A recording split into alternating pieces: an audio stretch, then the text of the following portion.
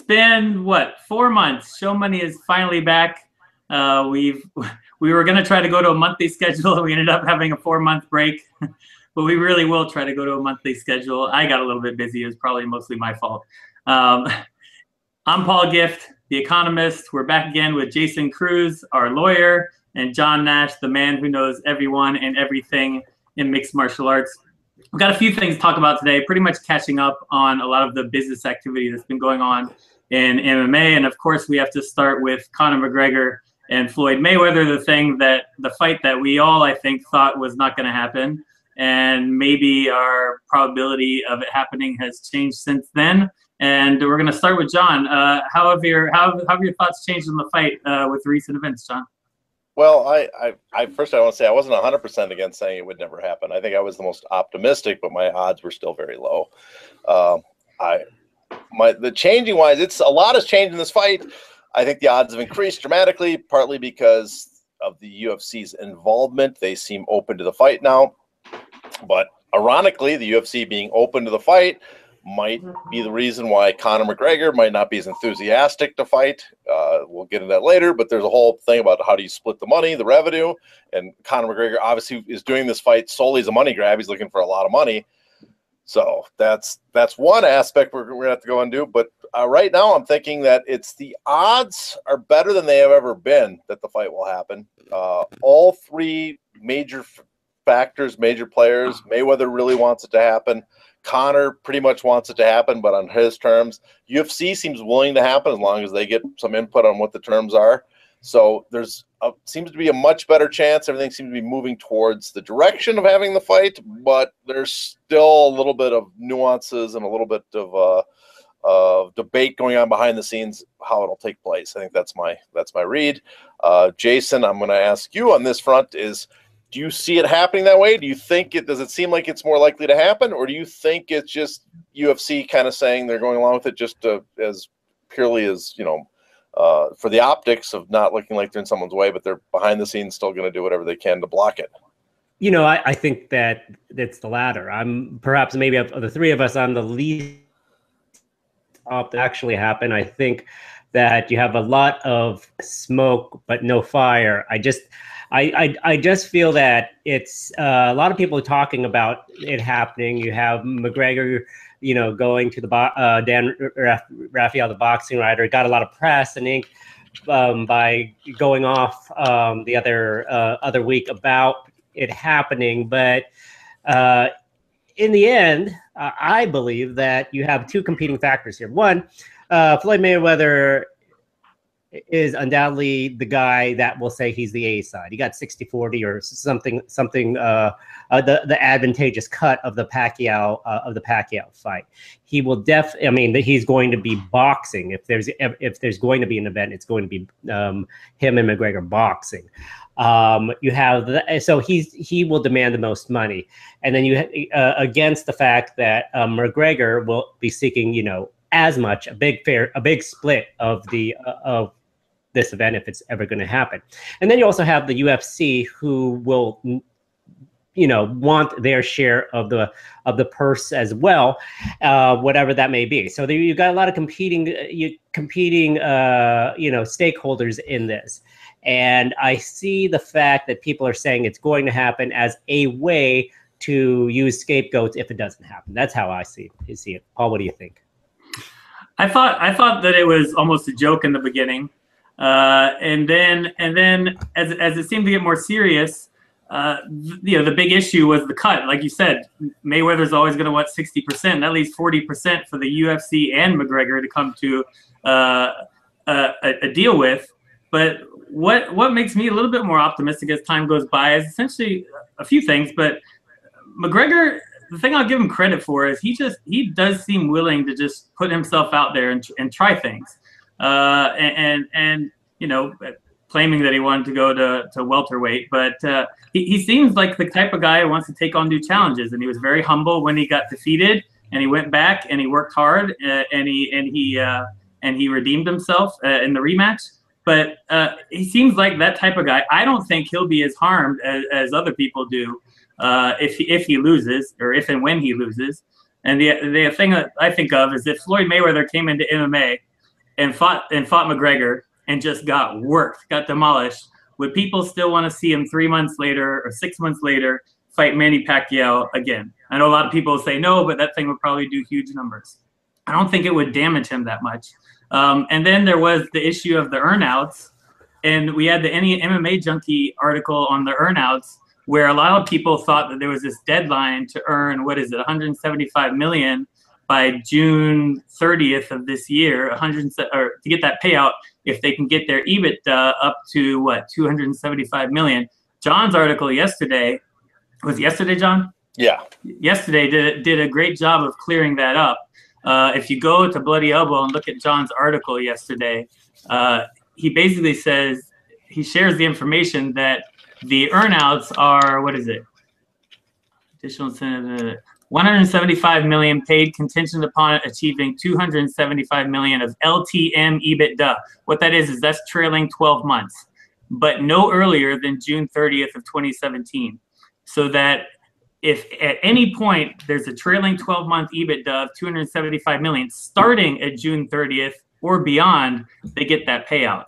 That's according to John's article. So I originally thought that they would want to jam Mayweather McGregor in June, and maybe they will, because then you capitalize on UFC 200, the two McGregor fights that were there. What is it, 196 and 202 and 205, and then the Rousey fight.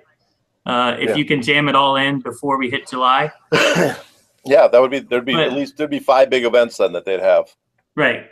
But they don't have to. They still have some leeway. It doesn't seem like a hard deadline anymore. So did that adjust your thinking when you saw that, John? It did a little bit. I mean, part of me wonders if Mayweather booked June, because he supposedly booked the arena already, and he booked June as kind of a message to the UFC. Let's get the deal done, because then we can add this. I'm sure someone in his camp is looking at the reports and stuff too and knows, hey, they have an interest to get this earnout. But for the UFC's point of view, and even maybe McGregor is, I guess the question is, did they already make that amount? 4 big blockbuster pay-per-views. That's probably well over 100 million in EBITDA right there. So we got a question. They might have made the 275 million without even another big event. They might not, though. So I guess those earnouts is one reason I think that this fight is more likely, as well as all the what the UFC said to their lenders about how much they expect with their EBITDA. I mean, they still have expectations on that loan and the investors to meet. So all those point to me that UFC would be willing to do this fight. This is something the Fertittas would never have done. They've never would agreed to this. It's just too risky. I mean, you said you don't think it would hurt McGregor. It might not, but at the same time, I mean, what if he goes out there and looks like Ronda did in her last fight? It just gets clowned. That could be damaging to the UFC long term.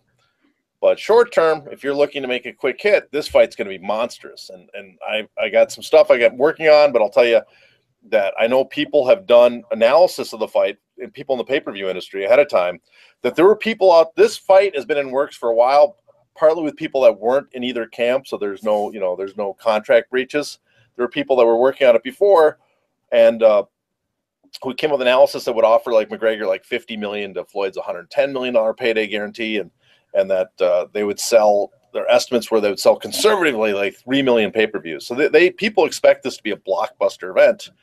And I think what the one thing that makes it maybe step back now is, if McGregor was talking about going it alone before, he got to keep all the B-side money.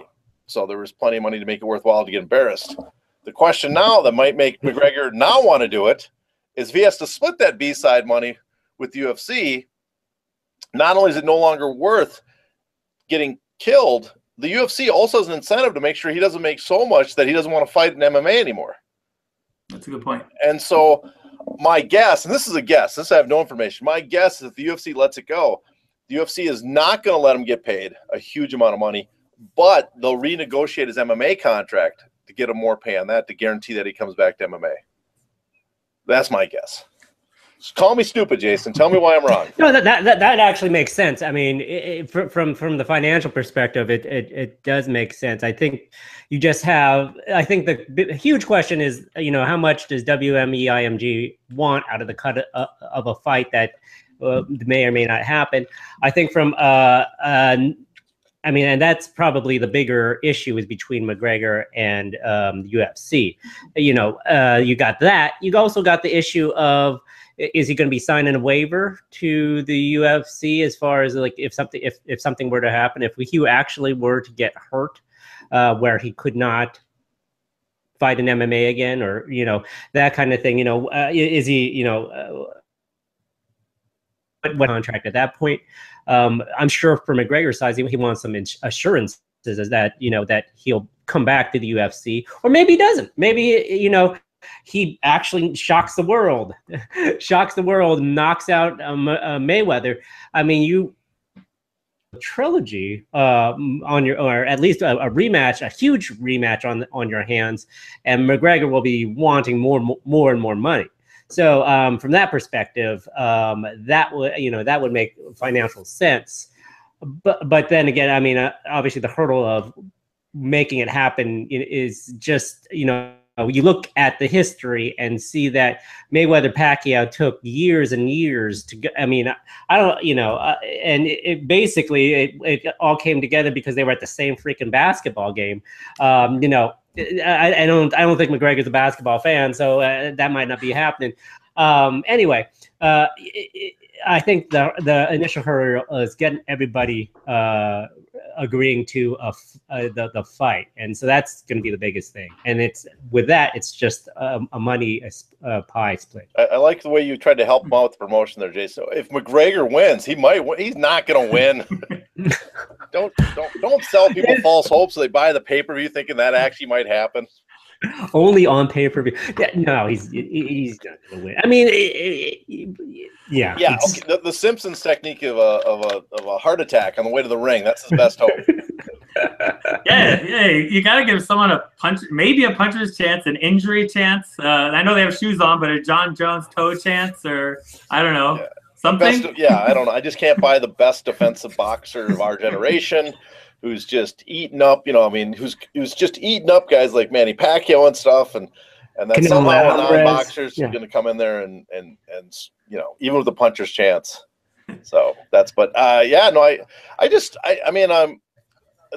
thing to think about too is possible the UFC is there might be a way the UFC doesn't have to get the biggest B side. I guess what if Mayweather negotiates not with Showtime or HBO, but goes to UFC and says, you guys produce the pay-per-view, so you get the pay-per-view cut that HBO and Showtime normally get, 10%, anywhere from 5 to 10% of the revenue. And plus, UFC is a media company now. They have ways to sell it over UFC.com. They get to collect more money. They could do, there's a bunch of different techniques UFC could make to make money, you know, pieces here and there that would add up to millions for them. That might make it worthwhile for it too, to make them the official platform or the official distributor of the, you know, Mac Mayweather fight. So that's always a possibility too. There's a little, if the UFC's involved because they do all this stuff, there's a little bit more money to splice up because they can cut other people out if they want to. Their sponsors would love it. Imagine that, right? How much did the beer companies pay for Mayweather Pacquiao? But I think they'd redo all the sponsors because it would not be a UFC event. We'll see. Yeah, they'd make everybody rebid to do it over again. TV contracts too overseas. It would not be going to UFC, you know, contracted overseas events. It's not part of the package. This is brand new.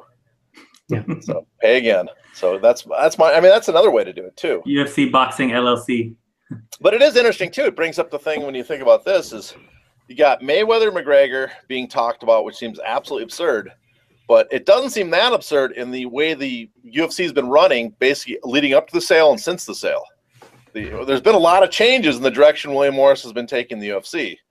I mean, Jason, if you correct me if I'm wrong, but have you ever seen this amount of top-ranked fighters leaving the UFC for another promotion? Have you ever seen the UFC issue this many interim belts or book fights that seem a little more – they've always booked fights, I guess, that are questionable for title shots, but they seem to be doing it more and more than they ever had in the past.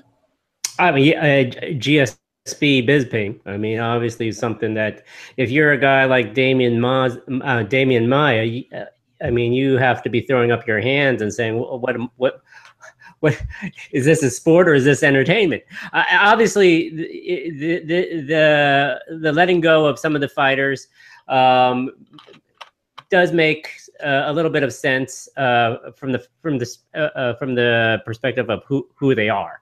And then you look at the fights, and you do wonder why we have rankings anymore, because we're not putting fights on pursuant to the rankings. We're kind of putting in fights just because they look more attractive than the people that have worked their way up to the top, perhaps like a Damian Maia. So, yeah, I do definitely see that there is more of a geared toward an entertainment value versus pure sport.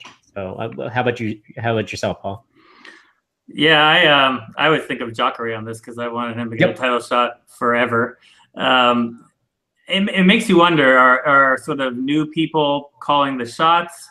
Is the UFC learning different things, or have they developed different priorities when they've seen what happened with Ronda and Conor McGregor? And it just, we don't know what happened in the negotiations with those fighters, right? That's the one thing that we don't know, how much money they were demanding and whatnot, or asking for. But it feels to me like the UFC, I want to know what Mick Maynard is doing right now. He seems to be the guy that is the key to this, meaning are you focusing on the bottom and star hunting? Because it seems like, look, they're getting feedback. Is Lorenz Larkin going to make us or break us down the line? No. Who was it? Tumenov, and what were the other guys? What was the other guy? I don't remember his name. Krylov. Yeah. Are they going to make us break us down the line? Even if they're good and could be champions, are people going to want to say, are they going to say, I've got to stay home and watch this guy on a Saturday night? Or are they saying, look, if we think you want too much money, we can let you go even if you're in your top 10, because what makes us our money is the next Ronda Rousey, the next Conor McGregor, the next so-and-so like that, or Brock Lesnar, if there is another one like that. Are they focusing their efforts on that and saying, hey, it doesn't even matter if you're good. If people don't really want to pay to see you and you're asking for more money than we want to give you, we can let you go. It's no big deal to us. That's what I think of when I see that sort of stuff happening. Yeah, John, what about you? Yeah, no, I agree. Well, I think part of it is they look at the bottom line and they think, okay, these top guys are draws, and the guys that are expensive. This is actually almost a rebuttal of the whole Joe Silva method. Joe Silva was the idea that the best would fight the best, and you'd have this all the top guys fighting, and you'd keep these guys fighting into the point where you could burn out and get a top guy after 2 or 3 losses. And if he's boring, then cut him. If you didn't like him, but you had to make sure he was defeated enough that you didn't cut John Fitch after 1 loss. You made sure he had 2 losses in the promotion before you cut him. But the whole idea is keep him going up. Now, without even on losses, top 10 guys expect to get paid because they're top guys in the sport. But they're top guys in the sport that aren't big draws. So they're not, the UFC is probably weighing they're not that valuable.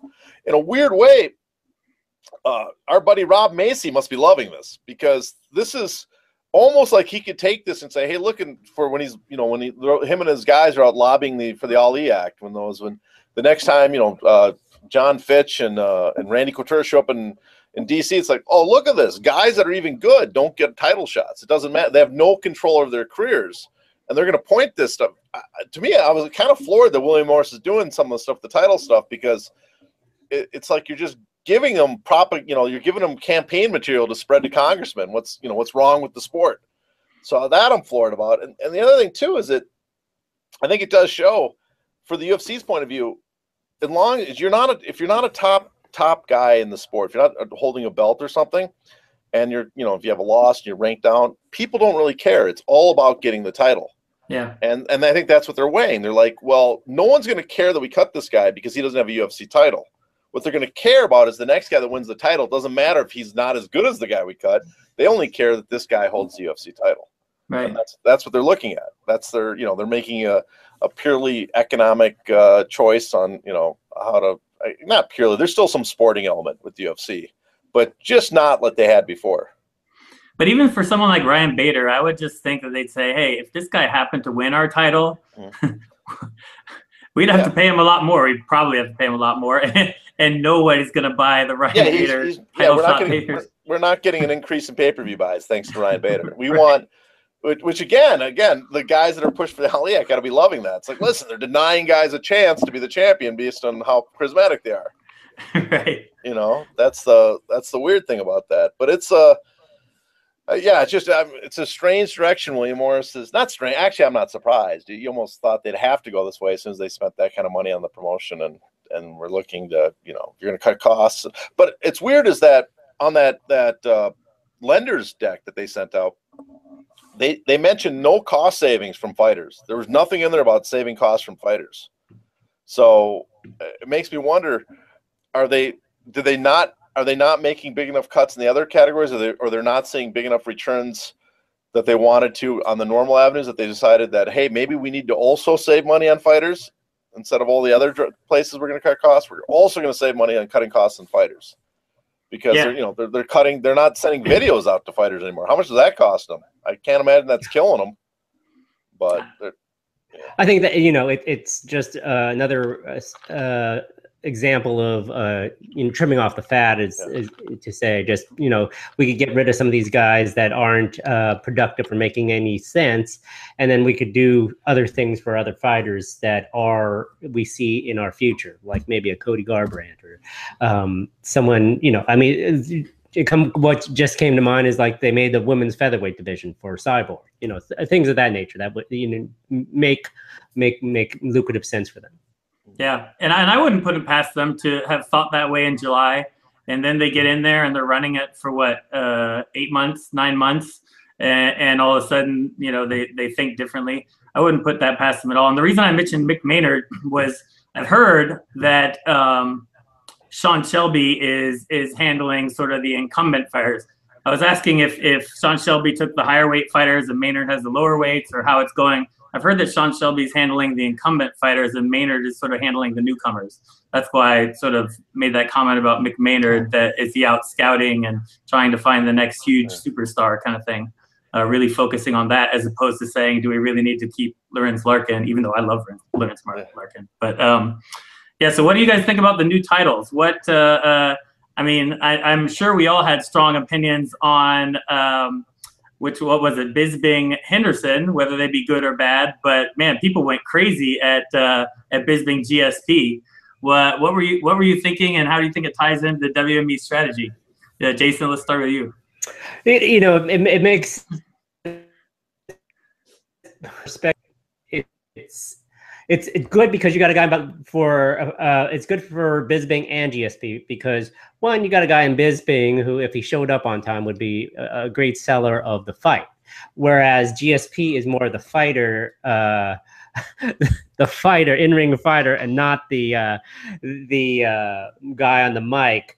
Although he did better than he did when the memorable Nick Diaz Wolf Tickets press conference, which was great, by the way. But I think that Bisping GSP is an interesting fight. It's also interesting the fact that they announced it but didn't announce a date, which makes me believe that it's kind of contingent on when GSP is ready. I mean, it's noticeable because it's going to be at 185. So GSP doesn't have to, he could warm up to training. He doesn't have to cut so much weight. And then also the fact that Dana wanted it in July for International Fight Week, which would have been great.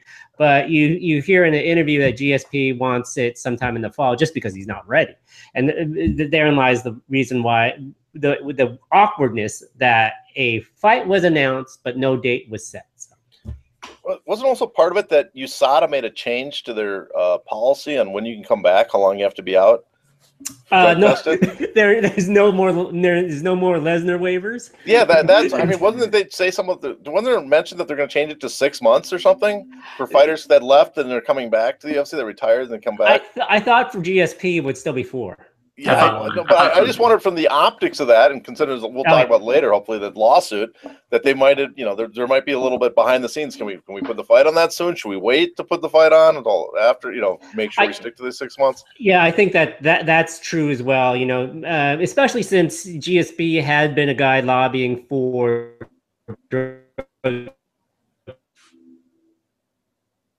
Uh-oh. Maybe he's hardwired in Wi-Fi too. Oh, Jason's back. Yeah, I just think, and to get on my little rant here, but I've always, this is a suggestion I had for the UFC, and I'll give it again. And I think what they should do, and kind of what they should do to maybe defeat the Ali Act if they want, is just put kind of stringent guidelines on who gets to when do you have to defend the belt and against who. It doesn't have to be concrete. You could always just say every 15 months you have to fight our declared #1, contender. Yeah. And then in between you can do your Dan Henderson versus Bisping. Then he has to face Jacare or Romero, and then after that you can do GSP. But you just do it. It would also, I think, it would alleviate a lot of disgruntledness by a lot of fighters who are very. You can just detect the frustration of a lot of the top fighters because they have no clue what they have to do to get a title shot, and they just feel like they're being strung out. Like Damian Maya must feel that they have him fight Masvidal now, who declares that he's the guy that they bring in to defeat guys the UFC don't like. I mean, how you got to be sitting there and go, that might be true. Maybe that's his purpose. Is he's serving as a John Pesek policeman. That's an old pro wrestling guy that back when they would actually beat the crap out of guys that wanted to make sure to get them out of the title picture. He's serving that purpose. He's serving as a barrier. And I think if they just had some strong guidelines like that were, it's not going to, you still have the option of making the fights you want, but it would let fighters know, okay, this is kind of what I have to do to get my title shot, that there's no way that they can, that I can be put on the back burner again and again and again. I think it would help a lot. And a lot of fans, I think it would alleviate a lot of, I guess the most casual fans don't give a crap, but who buy the pay-per-views. But for hardcore fans, I think it would alleviate a lot of, frustration they have about, is it a real sport or not? It would. And you could even, even have like a sort of best interest of the sport exception in there for like the times when you've kicked the crap out of someone twice, but they still happen to be the #1 contender and nobody wants to see the third bout. Yeah. But the rules could be that if you faced each other, you can get bumped, or you could have a rule that if a guy's moving up a weight class and he holds the belt from the weight class below, that you can make an exception, something like that. You can like, oh yeah, that's a legitimate, that's within our guidelines. But you could write them out, and so people would, so no one would be upset like, I can't believe you're, that whatever fight. I'm trying to think of one guy that you're not letting. Now I'm drawing a blank at who got beat twice badly by someone. Misha Tate against Ronda Rousey. Right. Yeah, that's a good example. You're like, well, you've gotten beat badly by her twice. The rule says after 2 losses, we can delay for 2 more fights or whatever. Right. Or even Demetrius Johnson and Benavidez. The first one wasn't bad, but really the second one was kind of bad, and nobody wanted to see the third one, right? Yeah, Dotson too. I mean, if you bring Dotson back, he goes, well, you lost twice already. We don't need to see it again. Yeah. We can make those rules. I think that would help a lot. But I got to, I think, and Bellator's got to be really happy with all this, because no longer do we have to have, Royce Gracie versus Ken Shamrock. Right. They're actually getting a pretty good stable. They're getting a better stable of older stars with, Chael Sonnen and they got Rampage. They got and Vanderlei Silva, who, they're old, but they're a better stable of old stars than what they had before. And they're also getting a lot of pretty good, talented guys. I mean, Rory McDonald before, but now we got Lawrence Larkin just signed with them. Brian Bader. You're talking about top 10 talent, which the UFC never used to let go.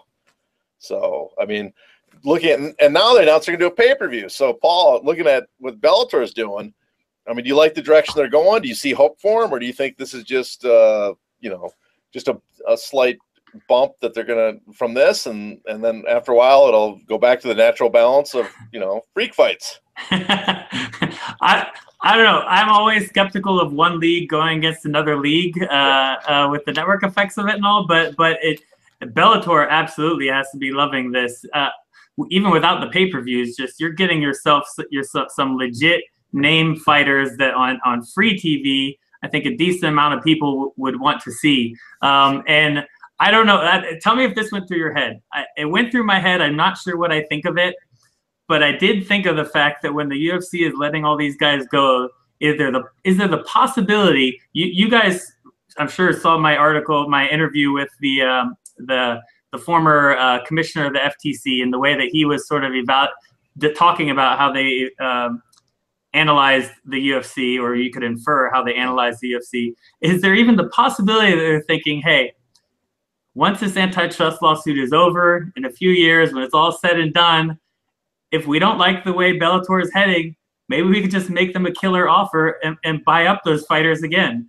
And we know that it doesn't seem like the FTC will give us any trouble.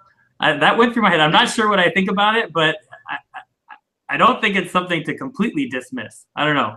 What about you guys? Well, you guys Does it harm consumers? That would be the question. This is the theory. I think we've had this theory before too. Is it kind of hand in hand with that?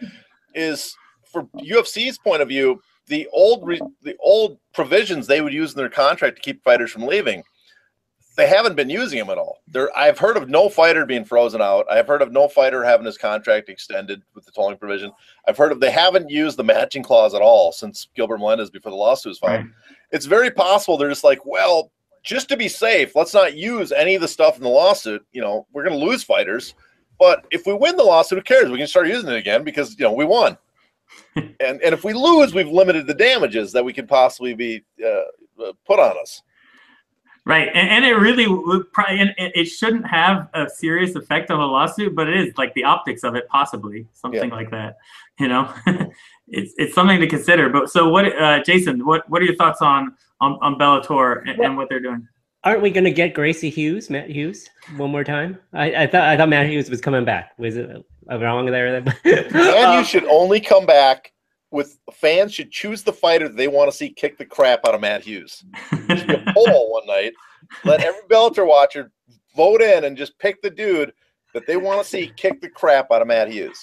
Oh my goodness. I do think that Bellator, you know, with what it's planning for June is going to be huge. I think they are trying to find their sweet spot as far as getting yourself some freak fights, which I consider Son and Silva, but then you get some legitimate MMA fighting with Michael Chandler defending his title on the pay-per-view. You'll probably get, Lorenz Larkin is fighting Douglas Lima.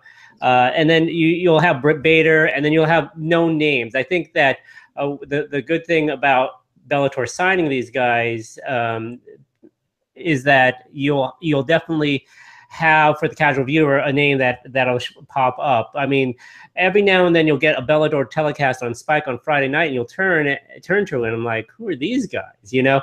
But now I think that there'll be enough signings where you'll get a guy that, you know, hey, Lorenz Larkin, you know, I'll tune into, because I remember him from UFC. Ryan Bader, I remember him. Benson Henderson, same thing. So I think from that perspective, Bellator is turning the direction. Now, whether or not pay-per-view is right for them, that might be another question. That's going to be an interesting thing. See, yeah, John, go ahead. I think I mean, the one thing is, if you're in the fight business, you eventually have to get on pay-per-view if you want to be a major fight promoter, because without pay-per-view, they can't make enough money to pay the big stars they need to get people watching Bellator. And that's kind of the catch-22. I mean, that's what always kills every other promotion. You have to start putting on pay-per-views, not a lot, just enough to be able to afford so that the biggest name guys can now decide to sign with you instead of the UFC, because they're going to make the kind of money they would have made in the UFC, or at least, you know, you can offer more. UFC keeps such a large profit margin. Bellator would be very successful if they didn't make a dime on pay-per-view, but as long as it allowed them to afford top-notch fighters, they can say that these guys are now in Bellator, so people start ready to be watching the other product. It'd be worthwhile for them, and I think that's why they have to get on pay-per-view. They have to be successful. So I think that the main drive, even though this is co-main event, I think the main driver of this pay-per-view has got to be Fedor. Absolutely. Yeah. Do you guys think Fedor is not going to be around forever? Do you guys think that they'll be able to sort of sustain a pay-per-view the way things are going with when Fedor is gone?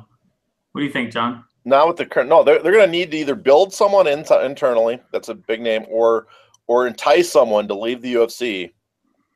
Maybe they'll luck out and have a big type fight that, you know, such a rivalry where two guys that are kind of known, like getting a public brawl and everybody watches it, and you can build some around that.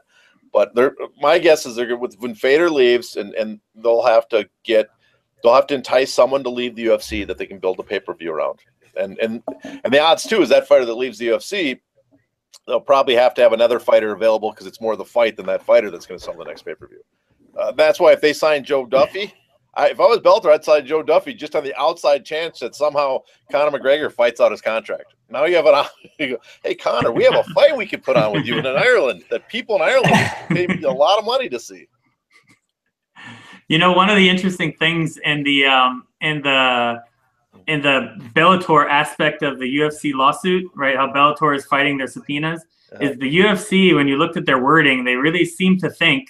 I don't think they've seen Bellator documents yet, but they really seem to think that Bellator's financials and projections are going to show that they have this sort of planned out growth in the future, that they're really looking to expand. It seems like the UFC thinks that they're going to see that, and they're going to argue that they can't be restricting Bellator, but that's not why I'm bringing it up.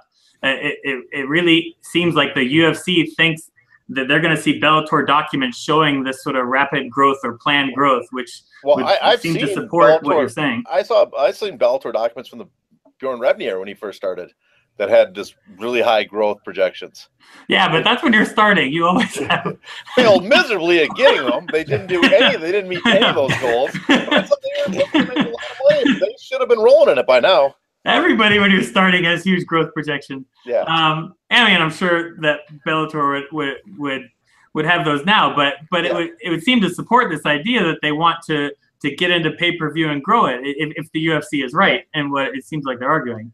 Yeah, I mean, the other possibility is, I mean, there's ways to do it without pay-per-view. I mean, that's why I thought Showtime was in a stronger position, because being on a subscription channel, there's a better chance of making, without running pay-per-view, there's a better chance to make a lot of revenue per event, because, you know, you people are paying less, but if you get 600,000, 700,000 people that subscribe just for that, guess what? They're making 40 million a year just off your subscribers. Mm-hmm. So, I mean, maybe that could be a future Bellator plan too, is some sort of, you know, whatever the heck Viacom's up to in the future, they could be thinking some pay subscription channel in the future with them or two. But yeah, right now I think pay-per-view is key. I mean, it's just key just to get the top guys. I mean, without, you know, the name value. If you look what happened to Strikeforce when they got Fader, how big that changed their, you know, overnight their promotion was now a rival. It wasn't really a rival, but it was viewed as a much more legitimate competition for the UFC. And the only way they could do that is that their projection was eventually they'd get on pay-per-view, and, you know, that the money on pay-per-view would be used to pay them off. But so that's. And here's another Bellator question. We know that, right, stars drive pay-per-views immensely, but stars drive viewerships. It seems to be about the main event and who the star is. Mm-hmm. Do you guys think if right, UFC probably is out there trying to hunt the next big huge star, but if Conor McGregor hadn't gone to UFC, if he had started in Bellator, if he had came over and was immediately in Bellator, what type of star do you think he would be? How do you think his career would have progressed so far if he came over and that first fight in the UFC was a fight in Bellator? And he's been there since. I think it would be maybe same, maybe more. It just depends on how much he would fight and how much he would be on Spike. I think that there is an argument to be said that perhaps he would be more of a star, a mainstream known name sooner than he became. It's just because of the fact that he would have been on cable TV as opposed to pay-per-view. I think that a vehicle in Spike that could promote him, same across the sister networks, that could probably expanded it much faster than he was on with the UFC. Although, I mean, he was on the first FS1 card on the first day of FS1, but if you, I mean. And he was injured, so he was out for a year or so. But I do think that maybe the arc would have come faster than maybe if he was with Spike.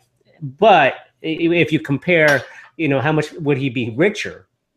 Probably not, because as John alluded to, I mean, he was on you would be on pay-per-view, you'd be selling out in Vegas all the time. I think that has helped him progress to the star he's become. Right. So what I'm getting at, John, coming to you, is for the exact same fighter, how much of a star can Bellator build?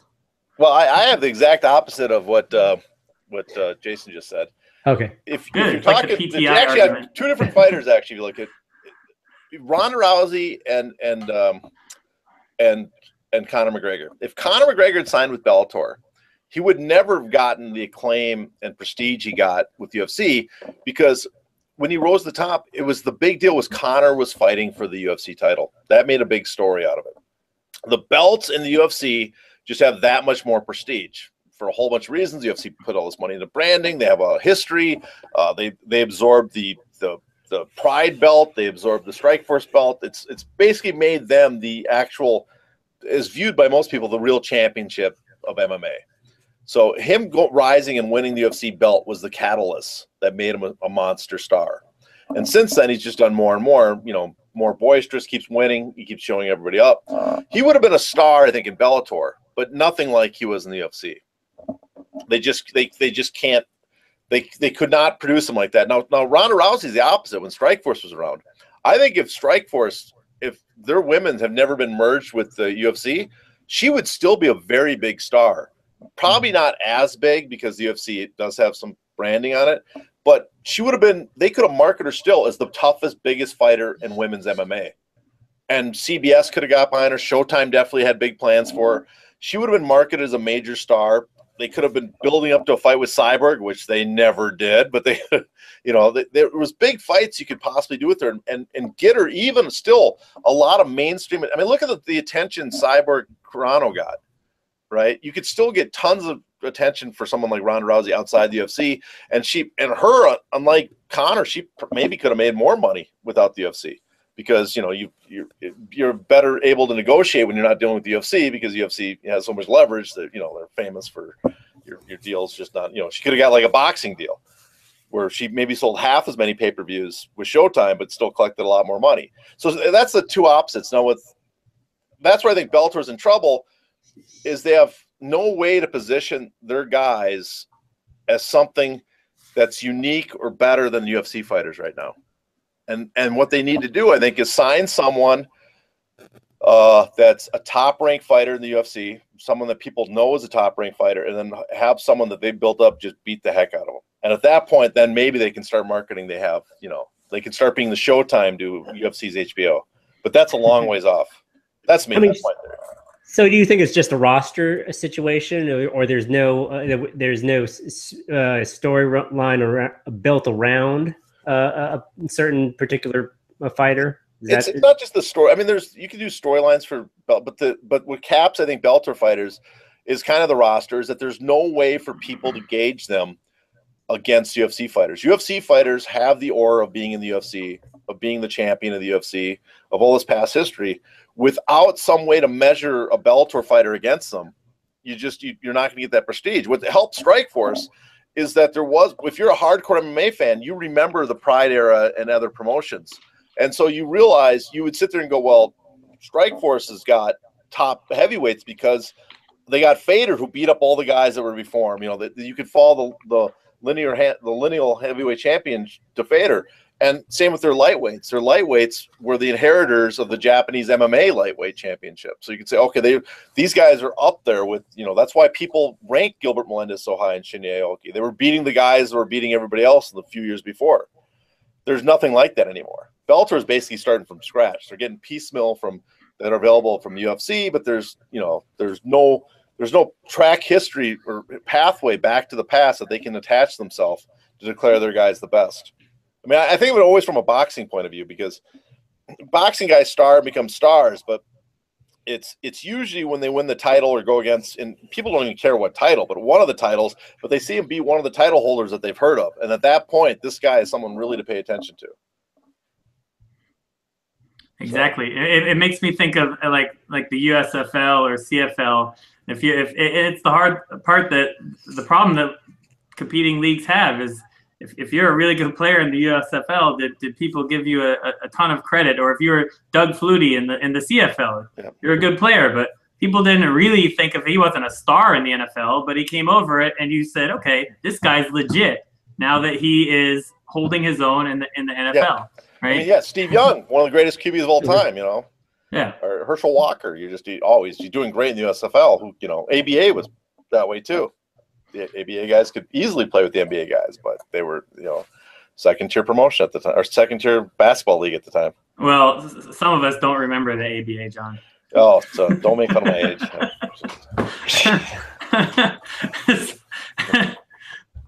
But I mean, I don't know. That's the thing that I think of with this pay-per-view strategy is you got Fedor right now, make your money. I'm not sure how it's going to go once he's gone. Even if you had a guy like Michael Chandler or even Chael Sonnen, although I think people might be getting a little bit sick of watching Chael Sonnen. I could be wrong. I don't know. You think casual viewers are getting sick of Chael Sonnen? Even in Bellator, I don't know. I don't think. I mean, I think they're hoping that there's the Fedor hardcores. They're not. Yeah. Fedor's not going to sell like he used to. You know, as much as Affliction was kind of a bomb, people forget that there was no real marketing of Affliction. I mean, it was 2 events, and they didn't have a platform to run monthly shows or weekly shows to build up. And if you look at the internal idea of what Showtime had for Fedor, I think he was, he's definitely a much stronger pay-per-view. If you look at what the UFC thought Fedor versus Brock would do, you realize, UFC thought this guy had potential to be a big seller. But Fedor's, he might sell 50,000 his fight, 40,000 on his own, but then you put Chael Sonnen, Vanderlei guys who might remember it, from the UFC, and it's probably there's probably overlap, but it's slightly different audience. You add another 30,000 there, and maybe just hardcore MMA guys like all the other fights, you're over 100,000. So that's and then which is what Fedor, they did last time. They might do a little better than last time. I think. I think they'll do better, just simply because people will remember the rivalry. I mean, first of all, Fedor, and then the rivalry between Sonnen and Silva. Sonnen will, and Silva will both sell. It'll be reminiscent of, Kimbo Dada, those kind of that kind of press conference. Oh no! You just like Kimbo Dada. Oh no! No, I mean no, not the fight, but I'm talking about the pre-fight. Oh yeah, I got you. Where explosivity at its finest, as Dada would say. I mean, no. But with point being the point being that people won't want to watch because it will look like it's going to be just an effing brawl, and it's probably going to be less than that. But people will want to pay $60 just to see the two of them. Maybe they'll fight in the parking lot. Who knows? That kind of. That should be one of their shows. They in the one fight's in the parking lot, and then during the middle of the show they stop. The cage is empty. They move the camera crew outside. It's in the parking lot. Awesome. That would. I mean, I would pay $60 to watch. Yeah, you'd be like, I'm watching that, a parking lot fight. That's just that's great. The Pitbull brothers versus the Diaz brothers in a parking lot. I'd watch that. I would watch that. And I mean, I think you go on YouTube and you can see them how they do in the casinos. I mean, just how they find the casinos. John's gonna be hired by the Bellator production team next week. Now watch. I did get. I will say I wrote an old article about how Strikeforce should imitate pro wrestling more. And I remember that. Yeah. People at Bellator told me, they were passing that around when Coker showed up or something. They're like, an idea. Shit, someone send me a check because. But what's funny is I'm actually not really I have no interest in Vanderlei versus Chael, and I have no interest in seeing Fedor fight anymore. As a monster Fedor fan, I just don't want to see him fight anymore. But I think there is still interest in those two fights. I'm intrigued by the rest of the card so far. But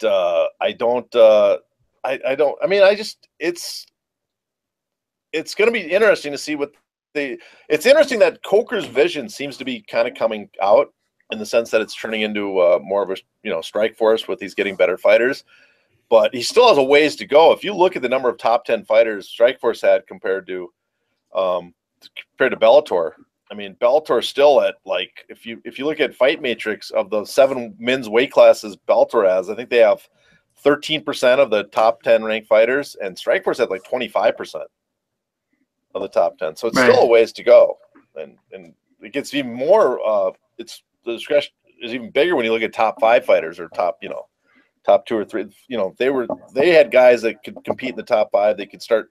If you properly booked him, you could start legitimately asking, is this really the number one guy? I think that's the thing Bellator's got to do, is find a way to get people debating that their guys are the real number one guy, and that'll help a lot. If they can do that, then you can possibly put on pay-per-views because you want to see who's really the number one guy, and it makes big fights more enticing for UFC fighters to come, because now you can book them and possibly put them on pay-per-view and offer those guys a ton of money.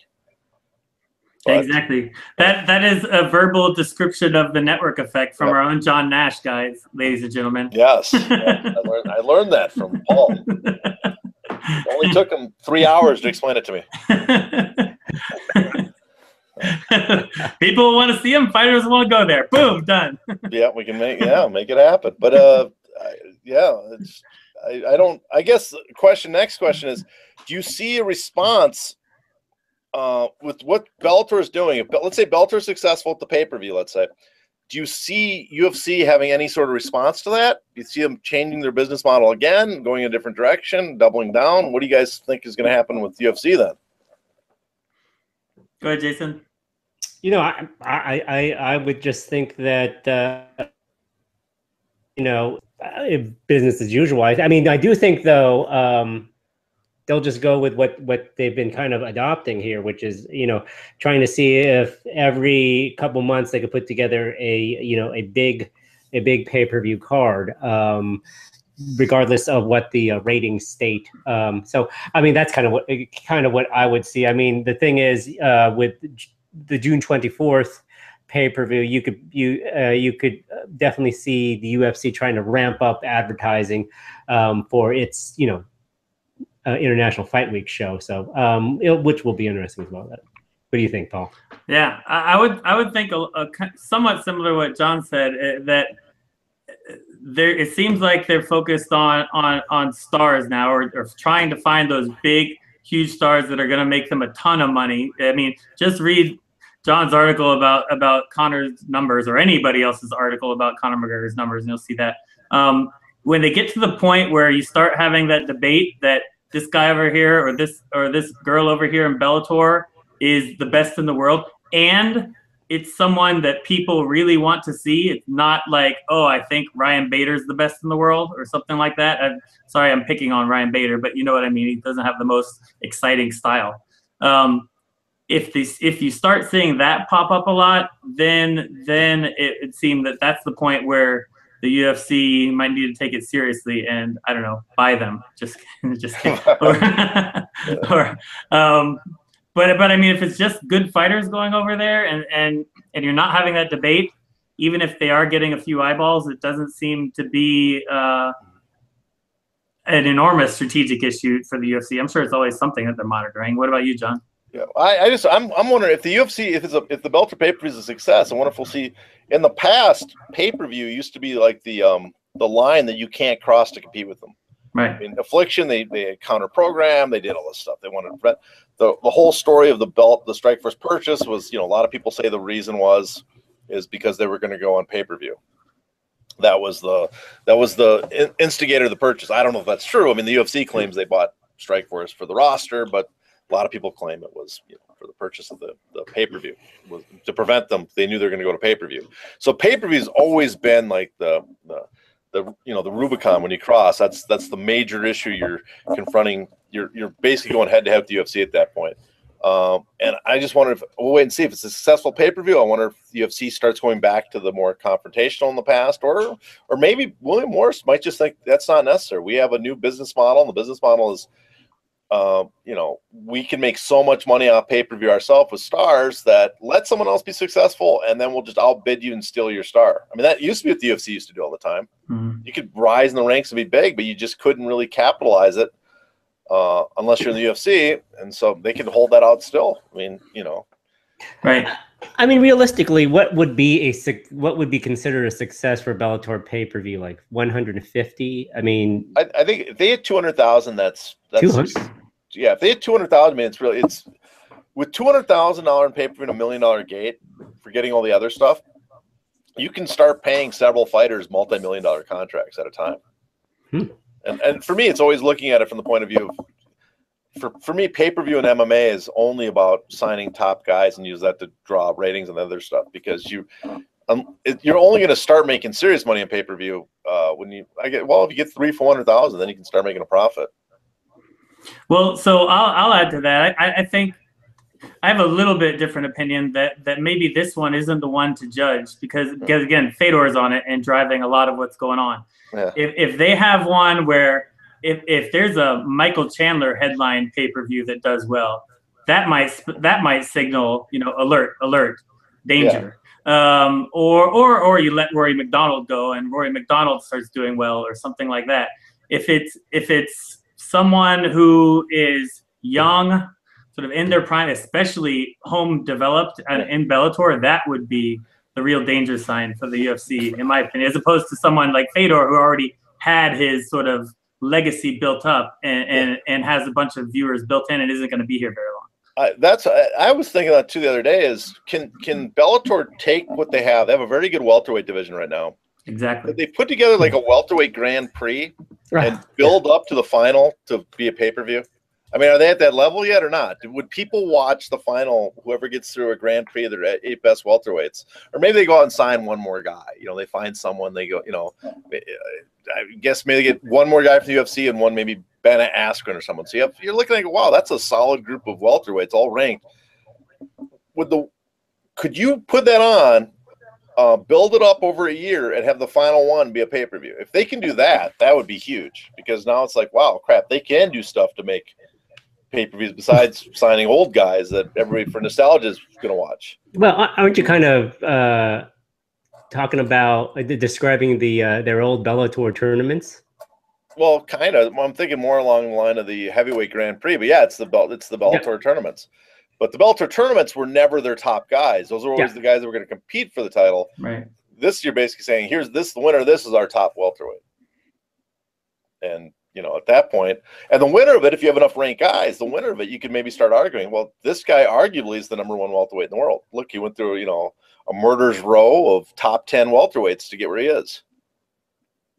I think, again, Bellator, there's another tip from us for promotion. And I think the name that you probably want to come out of that would be someone like Michael Page. I was thinking Jake Shields, but okay, Michael Page is, yes, that's a good number 2.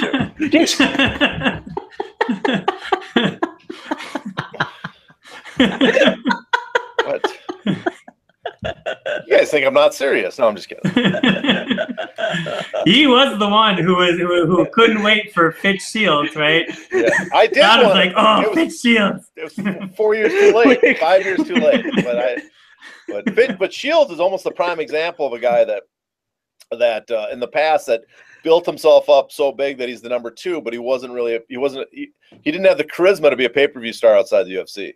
He was so big that the UFC had to get him because they needed to prove that their guy was #1, because this is the only guy arguably you could argue welterweight was better in GSP at the time, and he could because of who he beat. But if you had Nick Diaz, if Nick Diaz had done what Jake Shields had done, think of the probably could have built pay-per-views around him at Strikeforce. Right, and he's the guy that the UFC would have, and they'd be like, man, we don't want this 15-month rule that John Nash is proposing unless we've got Shields ranked #2. Yeah. #2. Yeah. If he's ranked #1, we're screwed. Yeah. Well, that's why. I mean, the beauty of being an MMA promoter is you get to pick all the matchups. So you can put who, you know, which they already do. I'm sure they sit around and go, who can we have beat this guy so we don't have to offer this guy any, you know, good fights. And that's where you book him against Jorge Masvidal, because that's the guy that gets rid of those problems for you. Hey man, Maya Masvidal, I'm into though. Are you guys? Yeah, I am, but I do feel bad for Maya because it's like he has pretty much earned his title shot. Oh yeah, I know. Who was it who put out on Twitter? Was it Sean Al-Shadi? I don't remember. Who put out like the Maya Khabib? Like, it's the fight I never knew I wanted, but now I got to have it. Yeah. How awesome would that be? I agree. Well, I mean, that's one thing. And to get back to the UFC and what they're doing, I think we were talking about the disgruntledness and stuff and frustration of fighters is almost all UFC contracts, the big bump in pay comes when you win the title. You basically either get a bump in, if you win the belt, you get a bump in straight pay, or your contract comes and you get pay-per-view points only when you win the title. So you can understand why a lot of fighters like, you know, Yoel Romero and Jock, those guys are just, they got to be dying because that's a huge difference in their pay, getting a title shot or not, and not knowing if they're ever getting a title shot and it's going to be stretched out for years with multiple other opponents. You know, look at Bisping, how he said he never made over $1 million in a fight. Now he's finally going to get $1 million fight. Great for him, but there's a lot of other fighters that are waiting for that chance too to make money, to be set for, you know, at least make it worthwhile what they've been doing. So you know, that's should we go on to? right. Should we have Jason fill us in on the Mark Hunt situation?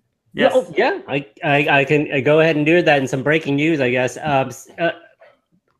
Mark Hunt, as most of you guys probably know, has sued the UFC, which made it a little awkward when he fought last week or a couple weeks ago. But he sued the UFC, Dana White, and Brock Lesnar for a variety of reasons. One of them being a RICO violation, which under the federal RICO Act, the Civil RICO Act, basically indicating that there is a pattern of conduct by the UFC in which they allow dopers, as the in the pleadings they note, fight clean fighters like Mark Hunt. So they filed a lawsuit in Nevada federal court in January.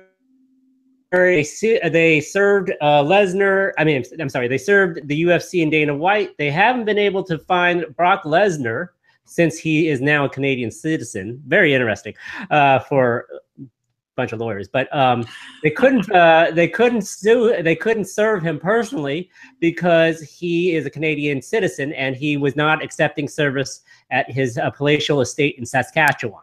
So they had to, so they had to actually go through a process under what's called the Hague Convention to serve him. And lo and behold, today was the confirmation that a process server in Saskatchewan has been able to contact Mr. Lesnar, at least Mr. Lesnar's attorney. So the Lesnar's attorneys have confirmed that he has been served. So he'll be appearing in the lawsuit. Now, some context, though, the UFC has filed a motion to, and Dana White has filed a motion to dismiss the lawsuit, and the hearing is May 15th in Nevada. So, I had some other thoughts on the lawsuit, as it were. But do you guys have any thoughts on Mark Hunt suing the UFC basically because they allowed a fighter to avoid the USADA drug testing protocol and fight him? I don't have too much, but I'm not a lawyer, even though a lot of people online think I am. I get that all the time. Aren't you a lawyer? But so I don't have too much. I just play one on Twitter. Yeah, on the legal elements of it.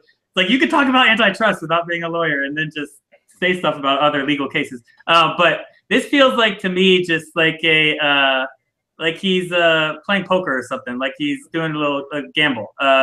It doesn't seem too expensive for him yet, I don't think, in terms of legal fees. Correct me if I'm wrong, but it doesn't seem too expensive for him yet. And if he can get past motion to dismiss, then maybe you get your chunk of change from the UFC. We don't want this to go on. And from Dana White, we don't want to go through the whole discovery process. Have some money, sign this confidentiality agreement. Let's get on with our lives. But I don't know about the chances of it passing motion to dismiss. That would be for you. I don't know. It feels like a relatively inexpensive gamble for someone who makes what, $600,000 or $800,000 for his fights right now, I think.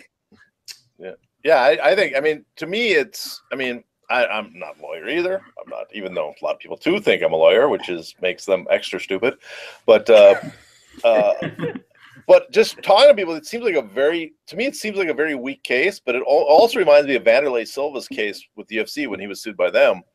And it's basically calling the bluff and throwing that Vitor Belfort situation right out in the lawsuit and saying, oh yeah, well, let's just go to discovery. And then the UFC said, well, shit, we don't want to be doing that. So, not that the UFC, there's a lot of things where it doesn't mean that the UFC did anything illegal or wrong, but I'm sure there's a lot of stuff that's just embarrassing that they don't want out there in any sort of discovery phase. So it just seems like he's pulling that bluff where Vitor Belfort also used the Vitor Belfort as his defense against accusing the UFC of being, fixed. As soon as he got past that, they came to a settlement. I think that seems to be the ploy. That's my thinking was the ploy Hunt is doing.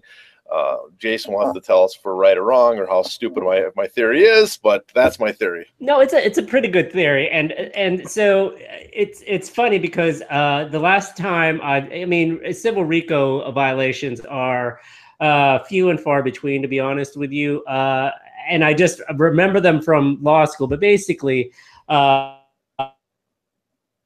you need 2 violations from one list, And then you also, in addition to that, you need to have them use a wire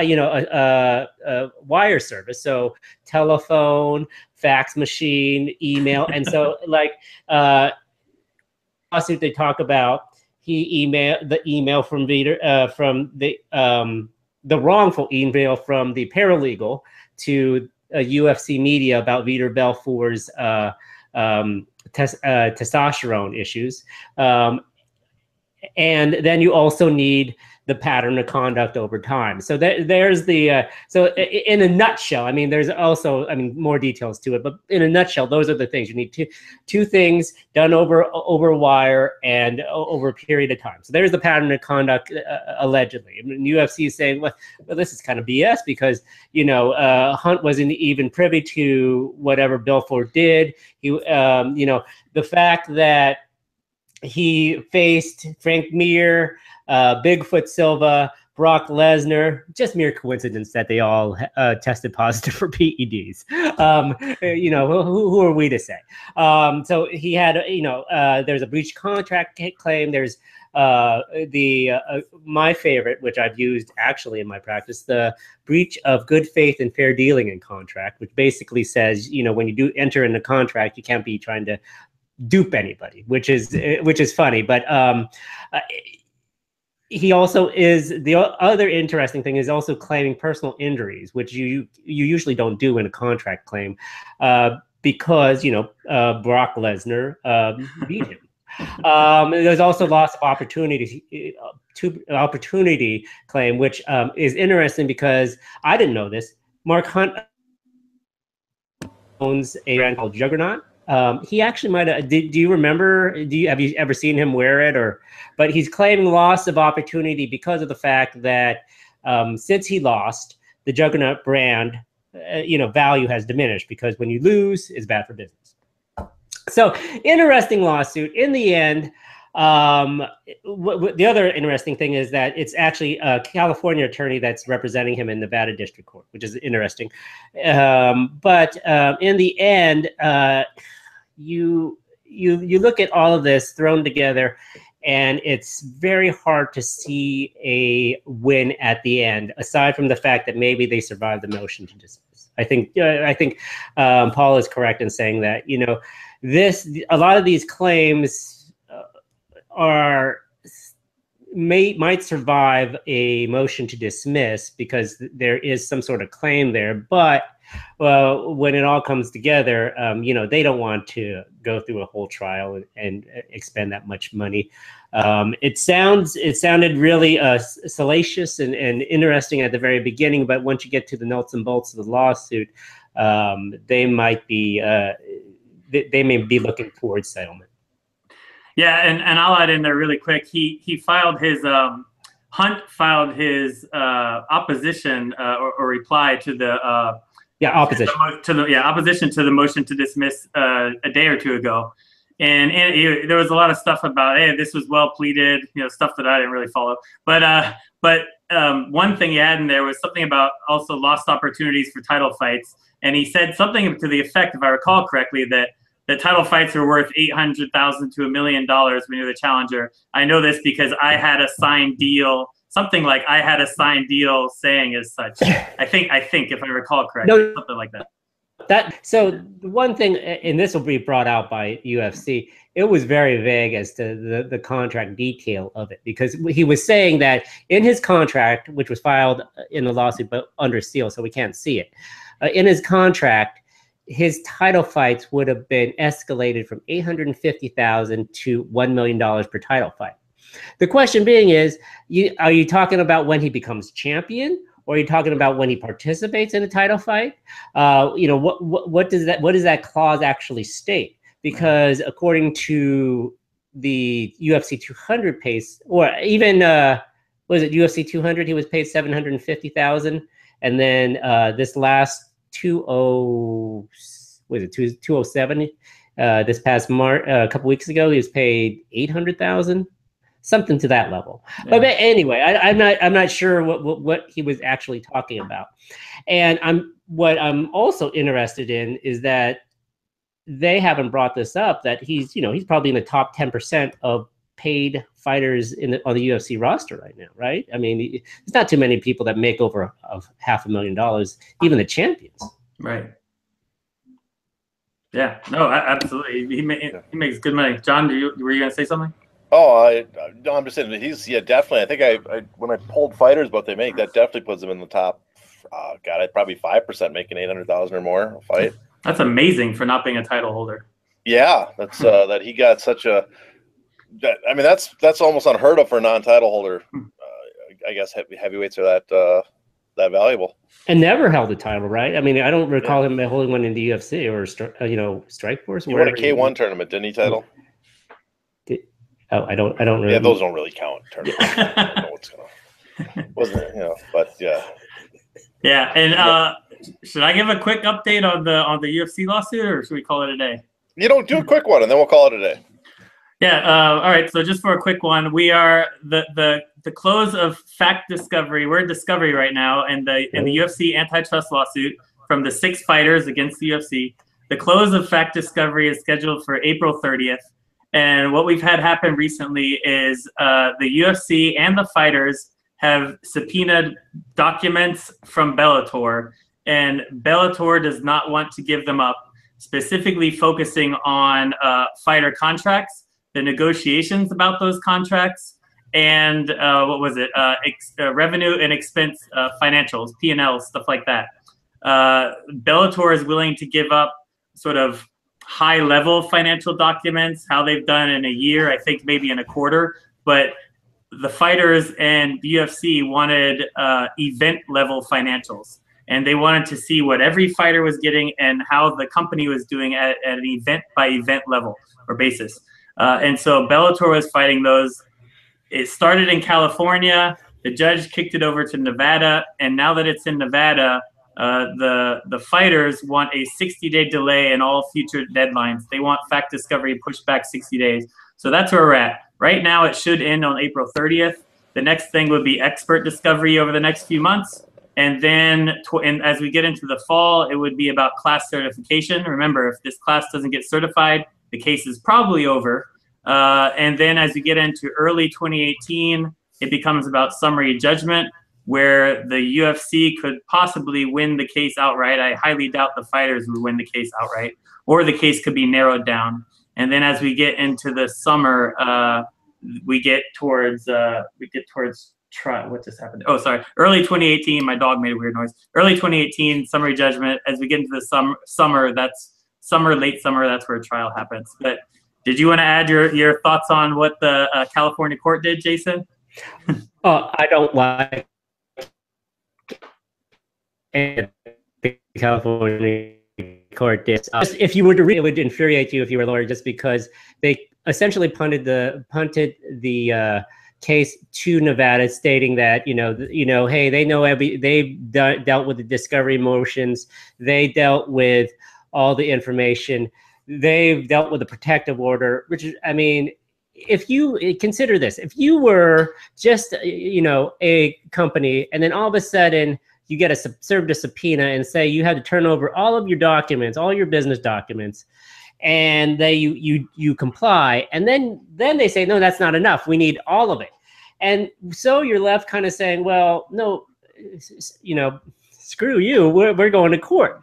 You go to your local court where you're supposed to be, because that's where, I mean, they're venued way. They're in Newport Beach, whatever. They're in Southern California, and that's what they have to do. And now you got the magistrate over in LA just saying, no, you got to go to Vegas. And two of the reasons, which really, if you're a lawyer, you throw up your hands or you pound the table, you do whatever passive aggressive thing you do, is that they said, one, maybe you could appear telephonically. You could argue your motion on the phone. Court call, baby. Or, hey, look at the map. The states are together. So it's okay that we're screwing with your rights as a non-party to this lawsuit for you to travel over there. So I mean, I know this is a big company, but imagine you didn't have this money in the budget for all these attorneys to fight the motions and then travel to a foreign court in town. You're probably going to have to give up those documents. And now, I mean, the thing is, in these types of the cases, the lawyer, it's only the lawyers, it's only the UFC lawyers are going to do this. So they should not give any of this sensitive information to directly to the UFC. So I don't know how that works out when they argue the motions and which will happen. And then I don't know how that's going to work out when they depose Scott Coker or whoever, and whoever else they decided to depose from Bellator. But I mean, realistically, it was a pretty weak opinion from the California court, if you ask me. There you go. Jason Cruz smacking down Judge Rosella Oliver, I think it was, from Los Angeles. Yes, and I am a member of the California bar in Active. No need to sugarcoat it, Jason. Tell us how you really think. All right, guys. Anything else you want to add? Only that I hope Joe Silva's testimony gets leaked. That's it. All right. Okay. I have a different point of view because I used to work on these cases. Really quick, why do you think everybody keeps talking about Joe Silva's testimony getting leaked? It was, I think it was Snowden who also said something to me about Joe Silva over everybody else. Because so what do you think? Well, I think just Silva. I mean, I think people just don't realize how important Silva was basically involved with probably every major kind of fight relation decision of the company. So there's, there's a lot of disgruntled people with Silva and stuff like that. But I think if you want to know the inner workings of the UFC and, how they did stuff and how they negotiated contracts, I'm sure Joe Silva was the man that did most of them. He was involved with most of it. So he's the guy you want to hear. I think he had probably a bigger part to deal with the dealings with fighter contracts negotiations than Dana White did. And he probably had much bigger even than Lorenzo Fertitta. He was the guy that, he might not have written the contracts himself. They had lawyers, but I'm sure he designed a lot of the clauses. He thought of ways to make it work. He thought of, who to offer a contract when, so a lot of questions about how the UFC operated as a business, how they behaved. I think Joe Silva is going to probably answer more than anyone else. Yeah. Go ahead. Oh, it'll be interesting because will Silva have his own attorney, or will the UFC attorneys claim that he is their client, representing them at the deposition? That's a little interesting detail about that. And yeah, no, I definitely would see about trying to see if we could purchase those transcripts. Those would be like very interesting transcripts. And I doubt that the Fertittas and Dana White last just a day in deposition testimony. I could see that thing running on and on. So I definitely see Joe Silva being important, and probably Dana White isn't as important as a lot of people think that he is. But when it comes to the overarching strategy of things, I would think that Fertitta is the man. And so and then nobody's going to give any credit to the CFO, but they're going to be pummeling that guy with questions, important questions about. Whoa. Oh, sorry. It's my dog. Go ahead. Well, I think you're right about Lorenzo, but I think who's going to execute those strategies is going to be Joe. I mean, a big part of the question of the whole lawsuit is the contracts and how they're used. And I think that's why Joe Silva is going to be because you'll see with Joe Silva's testimony how he related to fighters and managers if those contracts could be abused the way that they claim they can. If those, if they were never used the way that the plaintiffs claim they were, then Joe Silva clears that up too. Yeah, they're gonna look for a slip up from Joe Silva. They're gonna look for a slip up from everybody. What if Joe Silva goes heel and turns traitor against the UFC? It's like out of left field. Like, oh my God, he's working for Bellator now. This is MMA has really become pro wrestling. Yeah, well, when we put this clause in, there was talk about monopoly. What? No, I didn't say that. Huh? What? Yeah. Oh yeah, yeah. I'm not gonna make jokes about it. Anyways, so I think that's a show. We did one. Absolutely. 4 months, we got caught up. For those still with us, we will be doing more regular ones, and we won't need to catch up like this. Again, a lot of it was my fault. I actually had to do real work. Well, I was unavailable too for months. Yeah. I remember out of town and then with pneumonia, so there's no way I could have done it. Oh man. Yeah. Sorry about that. That's all right. We quit the show. We're done. On behalf of John Nash and Jason Cruz, I'm Paul Gift, reminding you to keep doing business as usual.